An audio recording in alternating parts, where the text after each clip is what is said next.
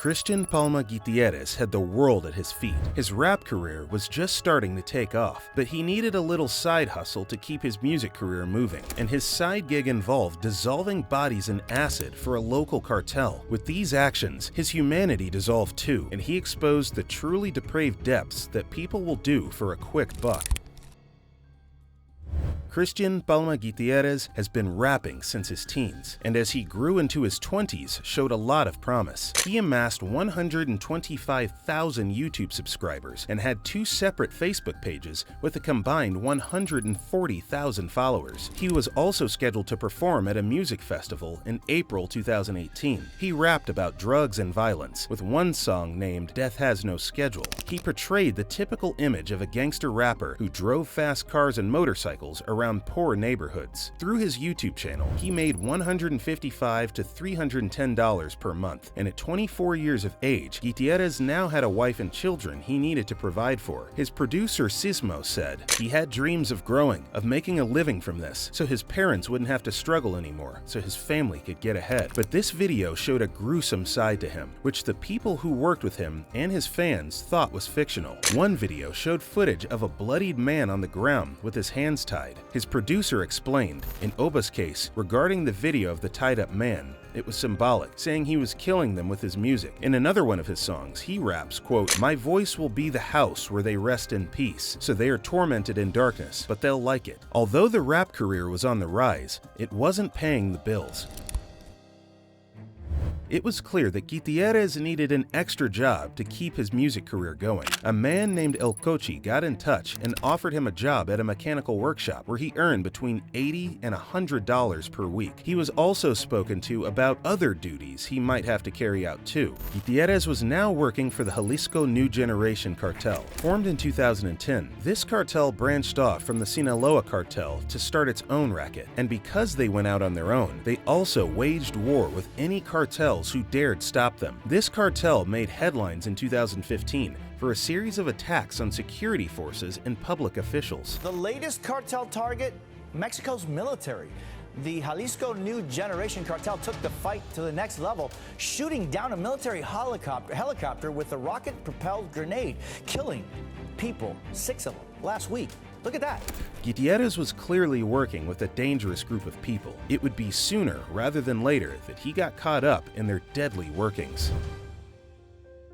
While Mexico was embroiled with gang violence, the country finally had some good news they could celebrate. Guadalajara was the hometown of Guillermo del Toro, who had recently won Best Picture at the 2018 Academy Awards for The Shape of You. To have such a positive and uplifting international story about someone from Mexico was a breath of fresh air. And for film students at the University of Audiovisual Media in Guadalajara, he was an inspiration. One day in March, 3 film students, Daniel, Salomon, and Marco, went to work on a school film project. They decided to film at a property owned by an aunt of one of the students. Little did they know, they were filming at a hangout spot for the Nueva Plaza gang, and the Jalisco cartel had their eyes peeled on this spot for possible members to attack. They were simply in the wrong place at the wrong time. Suddenly, the students were approached by what looked like policemen holding guns, who forced them into a car, but they soon realized that these police uniforms were merely a front. It was the Jalisco cartel, and they thought they were kidnapping possible members of the Nueva Plaza gang. The fact that they were innocently filming in this location wasn't believed, and even if they were members, this would have been the perfect excuse for them to use. They began beating them, and these beatings took such a toll that one of them died. The other 2 were now witnesses to their murder, so they needed to be killed too. That night, at 3 a.m., Gutierrez received an urgent call on his phone. It was from the cartel, and they made reference to pozole, a famous Mexican soup. Gutierrez knew that it would be a different type of soup he would be working on. He told his wife that he was urgently needed at the mechanic workshop and got an Uber ride over. When he arrived, there was a water tank and 3 lifeless bodies. They were tossed into an acid bath head first. The tank was full of hot sulfuric acid. This would firstly dissolve the skin tissue and organs, then eventually dissolve bones and teeth. Sometimes the bath needed to be stirred too, which would speed up the process. But this process takes quite a long time. In fact, Gutierrez left the bodies on the tank to dissolve by themselves and arrived 2 days later to see if it had done its job. If there were any traces of the bodies left, the remaining fluid would go into a drain, and any sludge would be dumped in a nearby field. It was an incredibly gruesome job that most people would refuse to do for any amount of money. Gutierrez, meanwhile, was making $160 for this. The disappearance caused outrage across the country. 30,000 people went missing due to the country's ongoing drug wars, and 3 more had just been added to this figure. And behind those figures were loved ones taken from their families and lives ruined forever. 3 days after their disappearance, students from their college held a protest and urged the authorities to find them before it was too late. "We're students, not criminals," they shouted. "Will I be next?" In solidarity with their message, the staff from the university staged a walkout protest the next day. While all of this was happening, Gutierrez was at home watching the coverage of it on TV. In his testimony, he said, quote, "I started watching the news to see what happened, and I saw that 3 students had disappeared, that they had kidnapped them. And the moment that they showed the photos of the missing, I realized that it dealt with the 3 cadavers that I helped Bozolier. It took only a few days for him to get caught and arrested, and the guilt and anguish was building up inside of him so much that he came clean."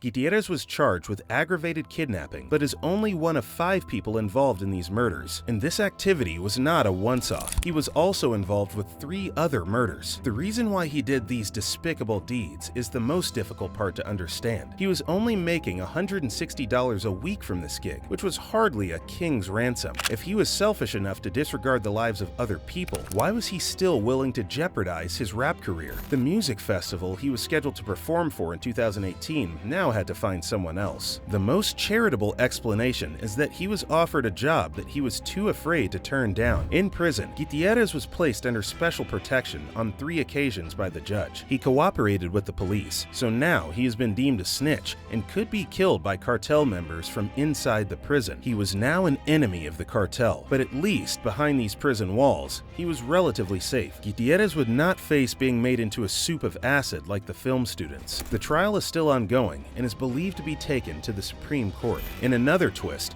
the property they went to film at was allegedly a beauty shop owned by an aunt of one of the students. However, the aunt also allowed the cartel to use this property as a brothel too. She obviously had no idea that these ties would end up killing her own nephew.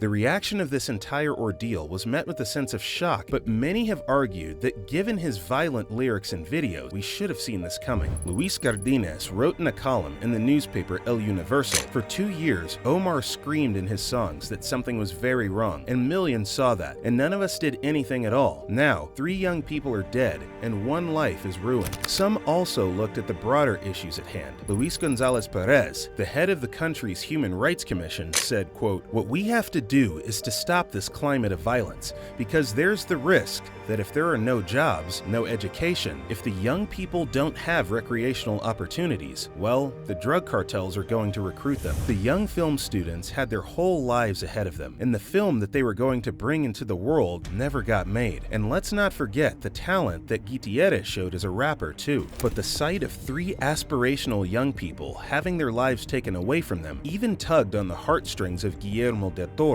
who tweeted, quote, "3 students are killed and dissolved in acid. The why is unthinkable. The how is terrifying. There are no words to comprehend the magnitude of this madness." At a film event in Canada, Del Toro spoke about violence in Mexico in incredibly chilling terms, that every moment is almost like a horror movie in itself. In reality, especially being Mexican, things happen out of nowhere, and that's the real terror. You can be coming out of a dinner and somebody can be shot 10 meters away. You can be lifted from your home in the middle of the night. There is, every time you're in a horror moment in your life in Mexico. Thank you for watching. Please click on the videos you see in front of you for more.